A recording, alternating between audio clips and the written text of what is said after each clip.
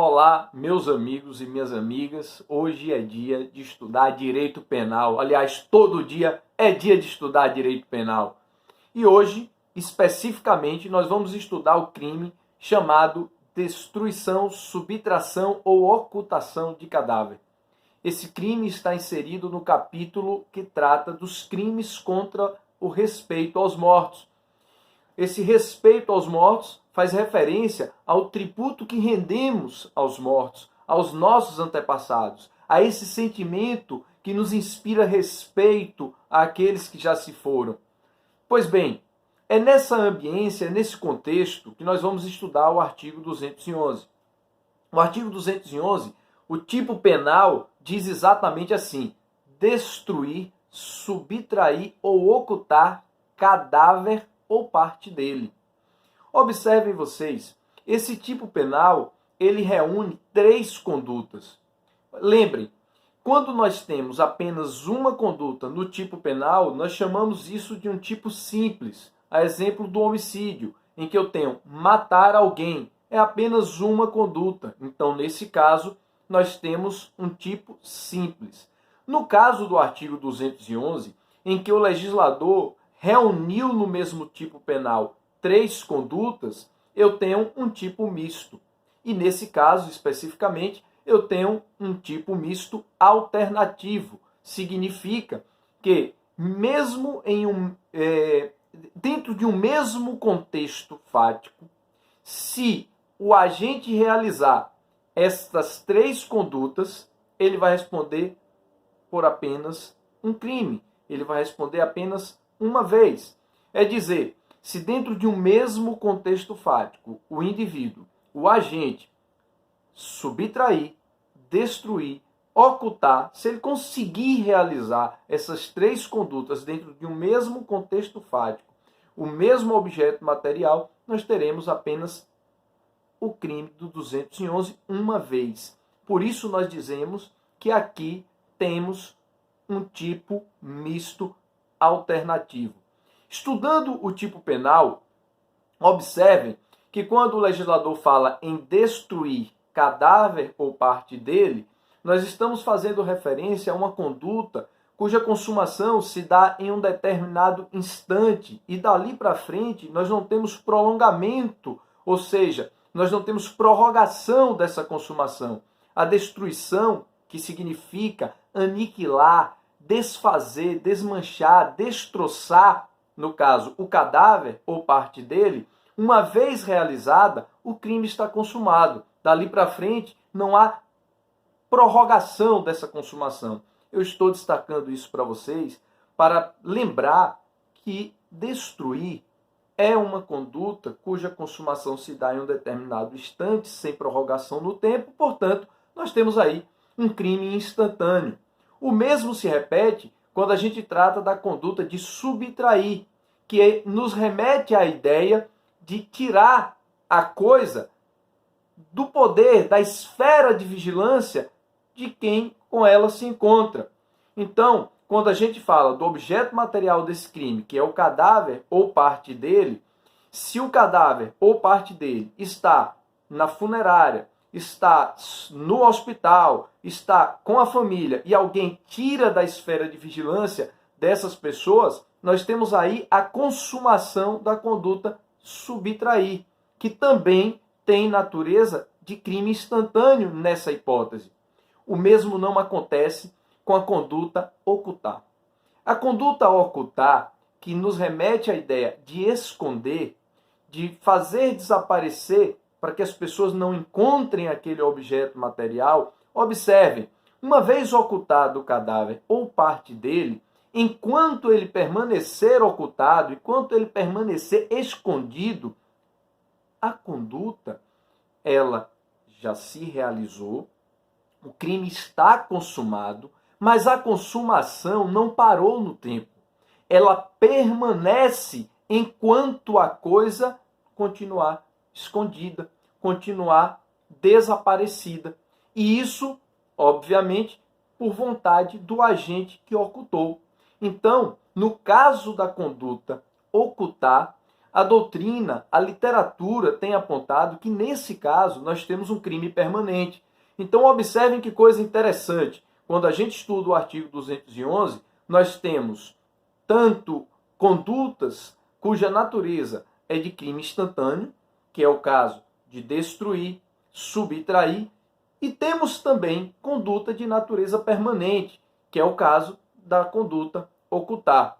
A doutrina tem sinalizado também, com muita clareza, que as condutas de destruir e subtrair podem ser praticadas antes ou depois do sepultamento, ao contrário da conduta ocultar. Ocultar tem sido uma conduta que a literatura jurídica tem apontado que só pode ser praticada até antes do sepultamento, sendo isso também uma forma de separar a ocultação da própria ideia de subtração. Embora sejam condutas que, por conceito, sejam totalmente diferentes, é importante lembrar que um outro aspecto que se insere para poder separar uma coisa da outra, embora os conceitos sejam diferentes, é que a ocultação só pode se dar até antes do sepultamento, ao contrário da subtração, que pode se dar antes ou depois do sepultamento. Estudadas as condutas, eu quero que você observe agora qual é o objeto material desse crime. Quando o legislador fala destruir cadáver ou parte dele, o objeto material está muito claro. É o cadáver ou parte dele. Mas o que se entende por cadáver? O cadáver, ele é, vamos dizer assim, o corpo humano sem vida. Um corpo humano inanimado. Ou seja, nós temos aí um corpo sem vida, tá bom? Agora, atente para um cuidado. Quando a gente fala de um corpo humano inanimado, que, se não me falha a memória, essa é a expressão, a linha traçada, conceitual trazida por von List. É importante que você fique atento que o cadáver só conserva a natureza de cadáver como objeto material deste delito enquanto ele permanecer com as características, com a forma, com a aparência humana. Ou seja, se aquele corpo sem vida já foi atingido pela decomposição cadavérica e nós já não reconhecemos ali uma forma humana, este objeto não é objeto material do crime em estudo. Ou seja, o crime do artigo 211 tem como objeto material o cadáver ou parte dele, ou seja, o corpo humano, enquanto conserve essa aparência humana. Se atingido pela decomposição cadavérica, não tendo mais forma humana, ele não é mais objeto material do crime do artigo 211. Na lição, se não me falha a memória, de Nelson Gria, Nelson Gria ou Noronha, não me recordo agora, em que ele faz referência a dizer, ora, se o corpo humano não conserva mais essa aparência humana, como, por exemplo, se a gente tiver um esmagamento de modo que não conste ali mais um realce, não é realce, que não conserve ali mais esse desenho da forma humana, mas sim uma massa informe, justamente em decorrência do esmagamento, nós não podemos dizer que ali há um cadáver. Ok? Então fiquem atentos para que nós possamos ter a noção correta do que é cadáver ou parte dele. Então, eu posso tanto ter o corpo humano completo, já sem vida, ou parte dele. Às vezes a morte se dá por uma explosão e as partes do corpo, ou seja, o corpo se separa, mas as formas se mantêm. Ainda é objeto de proteção, tá bom? E não confunda parte do cadáver com parte de corpo humano. Quando eu falo de parte do cadáver, é o corpo sem vida, parte dele. Então pode ser o braço, pode ser a cabeça, pode ser o pé, pode ser algum membro. É diferente quando a gente fala de uma amputação. Se alguém faz uma cirurgia em que necessita de amputação e é amputado um membro, aquele membro não é, obviamente, parte do cadáver. Ali é parte do corpo humano com vida que foi amputada por uma necessidade clínica, uma necessidade médica. Isso não é objeto material de estudo do nosso crime. O nosso crime é o cadáver ou parte dele. E por falar de cadáver, vamos lembrar de um detalhe. O esqueleto, ele não é cadáver nem parte dele. As cinzas não são cadáver nem parte dele, tá bom? Nós podemos, de repente, encontrar outra figura delitiva, mas não o 211. Vamos mais além. A múmia também não é considerada objeto de proteção, objeto material deste delito que estamos estudando, porque a literatura jurídica tem apontado que ela não desperta exatamente esse mesmo sentimento de respeito aos mortos, tá bom? O interesse na múmia seria puramente histórico ou arqueológico, tá bom? Grava isso. E para fechar esse estudo sobre o objeto material do delito, existe uma discussão bem interessante, que é sobre o natimorto, tá bom? O natimorto é objeto de uma divergência doutrinária. Bide sinalizava que o natimorto não era objeto, não poderia ser considerado cadáver, porque para Bide o cadáver é, vamos dizer assim, o corpo humano sem vida de alguém que já viveu.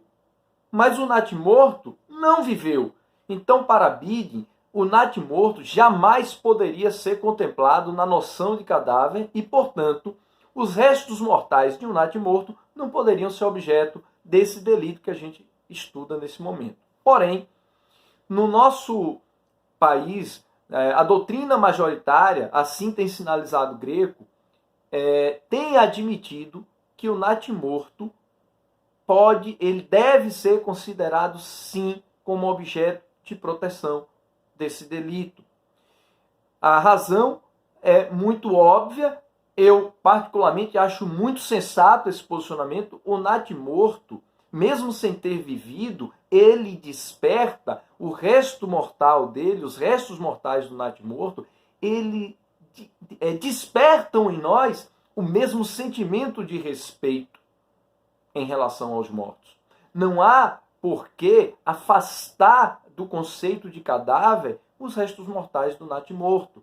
Então, o natimorto, a doutrina majoritária tem admitido, sim, o natimorto também é considerado como cadáver, tá bom? Os restos mortais do natimorto também se enquadram no conceito de cadáver, tá bom? Então, grava isso é muito importante.